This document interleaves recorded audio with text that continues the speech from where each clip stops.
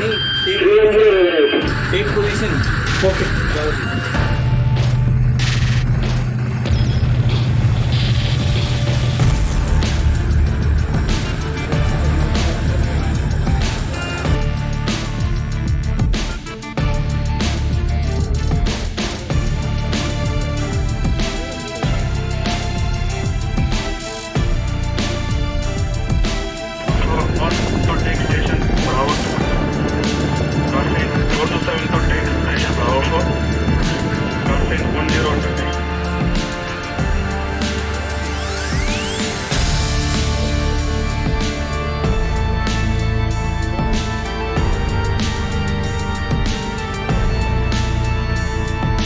ആദ്യം നടത്തിയത് ബോർഡിംഗ് ഓപ്പറേഷനാണ്.